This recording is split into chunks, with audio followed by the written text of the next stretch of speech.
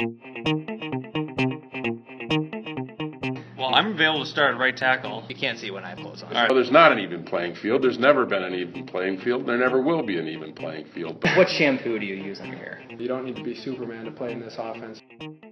You're listening to The Red Zone. Welcome, Badgers fans, to another episode of The Red Zone. Later on, we're going to talk to Badgers running back Jonathan Taylor, the Heisman candidate, kind of about his season, him still trying to improve in the pass game, and kind of what's gone wrong with the offense so far. But first, we're going to talk to Jake Kocorowski of Bucky's Fifth Quarter. How you doing, Jake? Doing well, man. Thanks for having me back on. Third time in a season. I feel honored, man. Appreciate it. Oh yeah, we love you here at the Red Zone. So hopefully this is a regular thing from now on. But we're at the point in the season here where there's not a whole lot left to play for, right? I mean, we got this Purdue and Minnesota game. Obviously, the Minnesota game is still going to be a lot to play for in that game with the Axe. This is kind of the first time in a while they've had. I actually looked back at this, and since the Big Ten championship game started in 2011, only 2 games, regular season games, Wisconsin's ever played in which they were eliminated going into the game from Big Ten West contention or the Big Ten, or making the Big Ten title game. That was 2015 Minnesota, which they had the Axe on the line there. And the other one was the Penn State game in 2013, which they lost as 24-point favorites at Camp Randall. So this is a pretty rare thing in recent years for them to go into a game like this with not really a whole lot to play for. Do you think that that affects this game against Purdue? Do you think that it's hard to gauge the team? They're going to tell you that they're focused on everything, but do you feel like they're still going to be motivated to go out there and put a good performance in and win this game?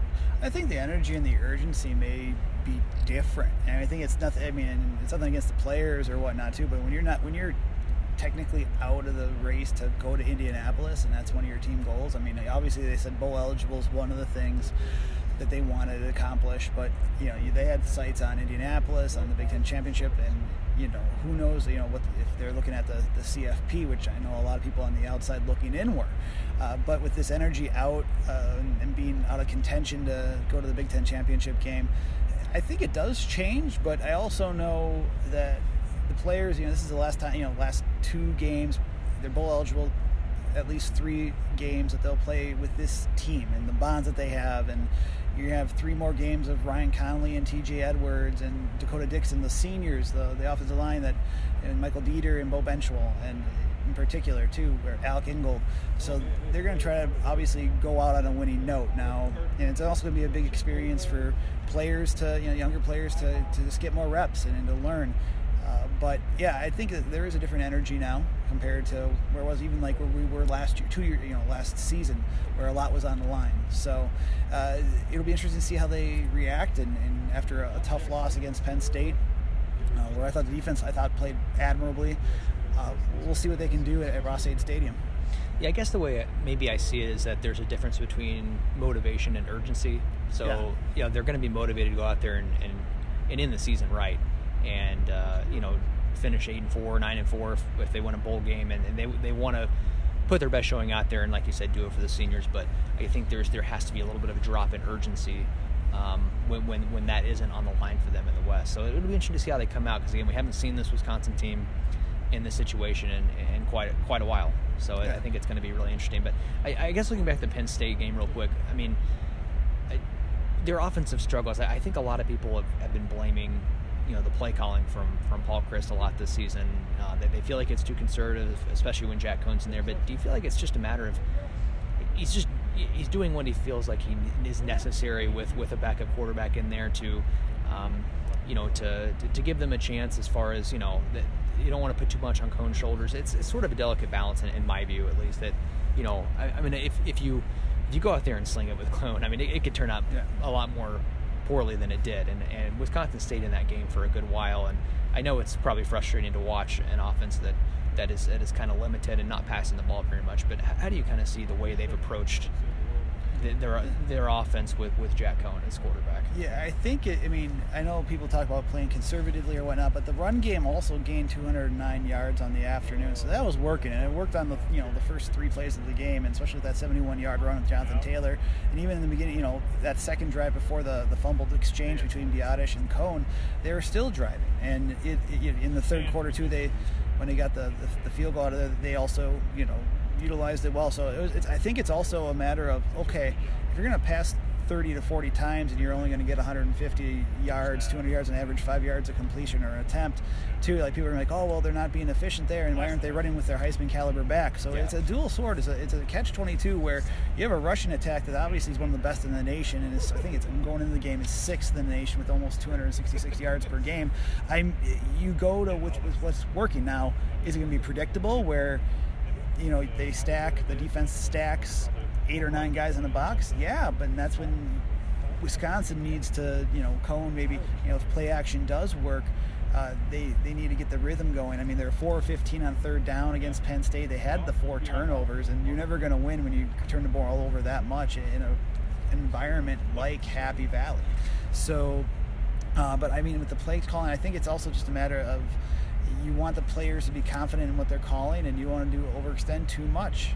In each week they have different game plans too, so it really depends upon the personnel that you see. In Penn State, 5 sacks.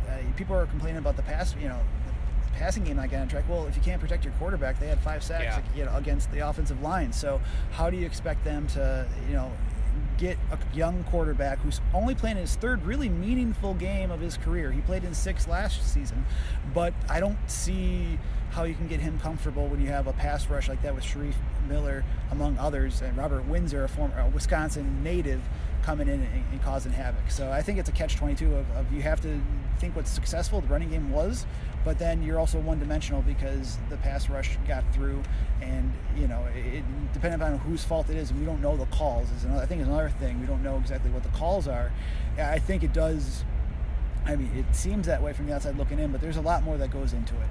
Yeah, and I wrote about that this week, the protection issues, and I think when you're in this situation with your backup quarterback and there's not a whole lot of margin for error and things are difficult on him, they really needed their best unit, their offensive line, to step up and have a big performance, and that didn't really happen. I think Cohn needs all the help he can get, and I don't think he got much help in that Penn State game either. I think that made things look a lot worse than maybe it could have, like you said. And the offense has been predictable in some cases, but I also think that I also think that you look at some of the situations. The end of the half they tried the play action on 3rd down, and they had Alec Ingold on the down the sideline, right, and he just underthrew it for an interception. Now maybe that people would say that's not really the right time with 18 seconds left to take that shot, but there was also another time late where I think maybe even Cohn checked to a play, saw man coverage and checked to threw a deep pass to, I think it might have been Danny Davis, but he was just way off. And I think part of it is just that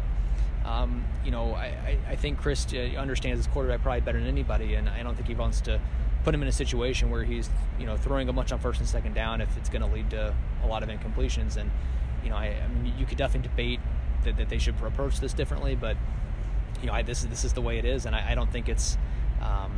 I think you could argue that the way they're doing it is still the best chance to allow them to hang around in the game. So it's I don't know. It's a tough one. It is. And the Ingold pass, from Cohn to Ingold, I think he had him like a half second earlier. If he finds him a half second earlier, I think it's even a completion there, and it's just a matter of and that's nothing against Cohn. We don't know exactly what it was, the play call was, or he going through his reads and whatnot, but maybe if it's a half second earlier, maybe that is a completion and they're at midfield and in position to possibly have a chance to move with field goal range, within field goal range down the road. But it's a coulda, woulda, shoulda there. But no, I agree. It's the line, with the pass protection was not there, and who knows what some of the calls were too, where some of the miscommunication or just the athleticism of Penn State. You have to give the Nittany Lions credit there because they led the conference in sacks heading into the game too.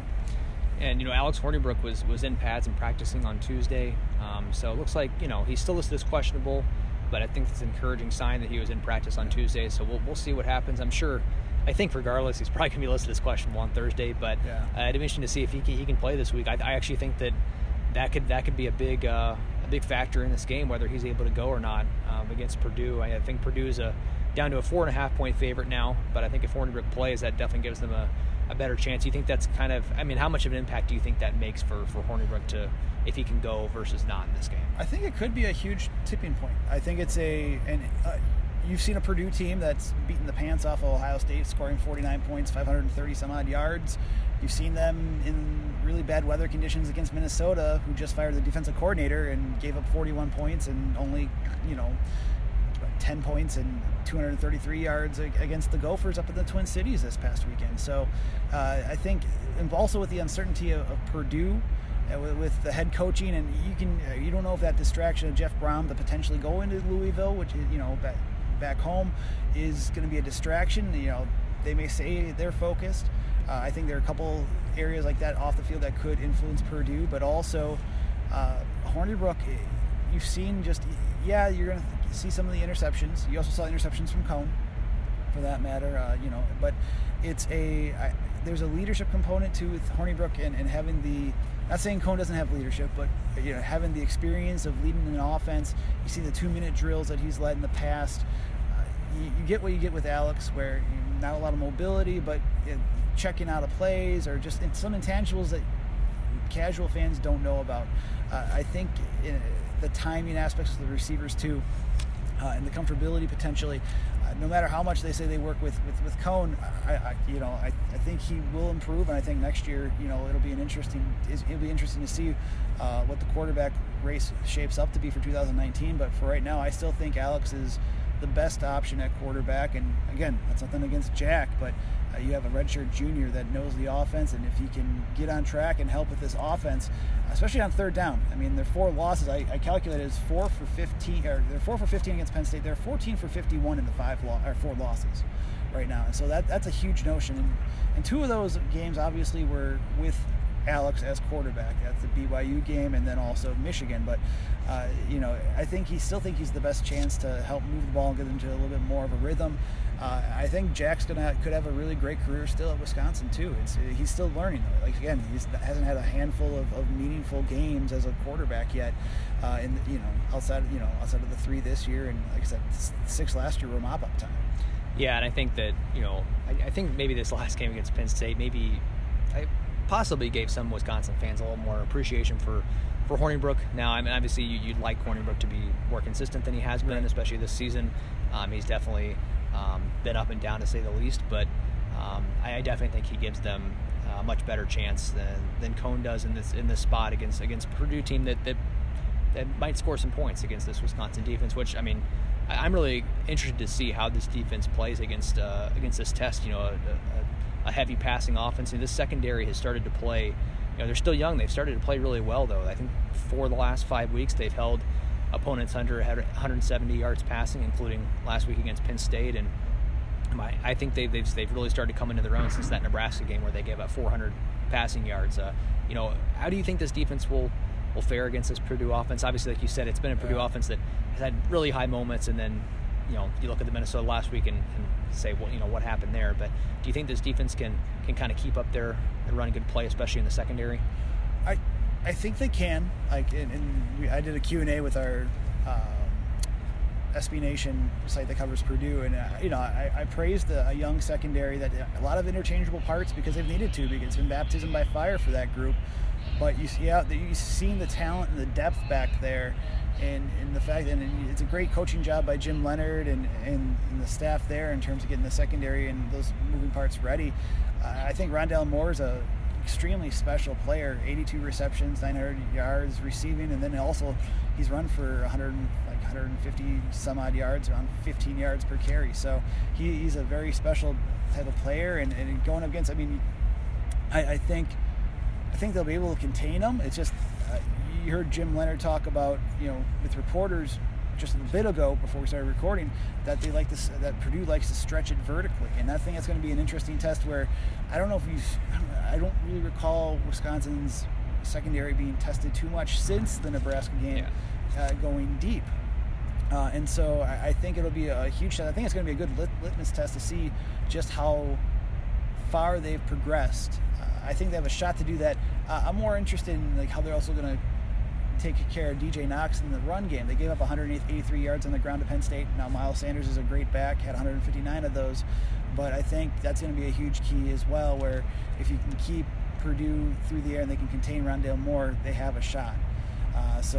But I think the secondary, I think they've stepped up a lot.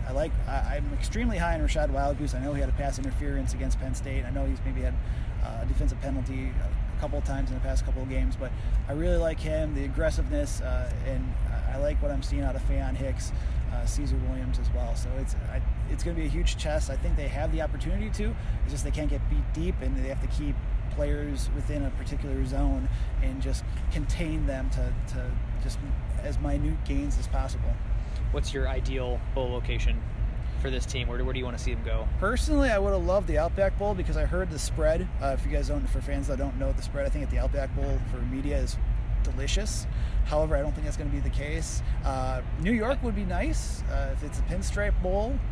New York is always great, and there's a bunch of Wisconsin alumni. I know that for a fact out in New York as well. But we'll see. I mean, where are you gauging? I'm a bit cautious about it. I really want to go to a warm weather city. So New York, New York would be cool, but it'd also be cool as in cold. Yeah. So, but honestly, I was thinking about this the other day. The Outback, there is like an outside chance they could still reach the Outback if they win the last. If they win out. If they win the last two games, Michigan and Ohio State both are in the playoff / New Year's Six bowls. Okay. And then Penn State goes to the Citrus Bowl. There's a chance they could be tied at 8-4 with Michigan State, Iowa. Northwestern could have 5 losses, even though they won the West and they'll have gone to the Big Ten title game. I mean, these bowls don't have to select the team that won the West over these other teams. So if the Outback Bowl thinks that Wisconsin is more appealing than Michigan State, Iowa, Northwestern, a couple of these teams, then who knows? Now, Wisconsin did go there, but it's been a few years now. It's been... Don't they also go? They went in 2014, so. Isn't it South Florida too? They play South Florida at South Florida to open next season. So it could be 2 straight games in Tampa if they do get that. But I think that's still unlikely, obviously. Yeah. But I would like to see San Francisco, just the one city I haven't been to that they could go to. So I would like to see that. But. No, I know. Hey, I'll take either destination. Hopefully I can get a cheap flight out there. Yeah, but San Francisco might be tough, I guess, to get a cheap flight out. So maybe you're rooting for that not to happen. Maybe going for New York, just because. Yeah, I would like to. I was out there once earlier this year for a work function outside of reporting, and I wouldn't mind exploring New York a little bit more, to be honest with you. Well, thanks for joining me, Jake. You can follow him on Twitter at Jake Coco B5Q. Is that right? You betcha. That's with a K. Yep, Koco. Koco. Jake Coco B5Q. Read his stuff at Bucky's Fifth Quarter as well. You want to plug anything else? Nah, man. We appreciate you, and always fun. And I know we got a lot of stuff coming up: basketball, football, recruiting, a lot of stuff going on. Check us out, and thanks again, Jason, for having me on. All right, thanks, Jake. What's going on, Jonathan? Not much, man. Feeling good. Yeah. Are you feeling good? I know you've had a lot of carries this year. You feeling like it's not too much at this point? Yeah, I'm actually, I did a lot of work over the off season, coming in freshman year. Was able to get work in over the summer with the new college strength program, but, spending a full cycle with it, my body is feeling great. They prepare you very well for, the long haul. And I feel like, last year, body towards the end was a little bit going down, but this year I feel great, just because I had that chance to go through the full preparation cycle. So you feel better at this point this year than you did last year at this point? Yeah, definitely. Okay. You feel like you started to wear down a little bit? Yeah, towards the end, kind of does take a toll on you towards the end. Yeah. But, you try to do as much recovery as you can. And I didn't really know how much recovery, last year. But this year, I've been doing recovery after every game, constantly throughout the week. So just, them giving me more knowledge throughout this cycle, has been able me to, take care of my body that much better. Yeah. How sort of frustrating has this year been for you? Individually, you're still putting up the same numbers as last year, if not a little bit better. But the offense just hasn't really clicked, and you haven't had the passing game to kind of complement what you've been doing on the ground. Has it been kind of frustrating that you're out there producing, but the offense hasn't really been as a whole? Yeah, and one of the biggest things is, maybe we have to run a little better. Maybe if we just run a little better, maybe they'll respect the run game a little more and open up the pass game anymore. So you just got to really figure out what is the factor, because it's a team sport. So one thing can't get it done. So you try to see what are you doing in your job to help complement the other side, and also the defense has been playing very well. So we also got to do our part as an offense to complement the defense for getting the stops and the takeaways. I think teams respect your run game. I don't think you have to worry about that. Yeah, we always try to establish the run game, and that's one of the biggest things is just trying to establish that to help open up the pass game. And whenever we complete a pass, we got to complement that again with another run. So we got to make sure we stay consistent every single game, every single play. Yeah. What have you kind of thought about Jack's performance so far? I mean, obviously he's struggled in this last game, but he's obviously thrown into the fire here in his first couple starts. Like, how do you kind of feel like he's responded to that?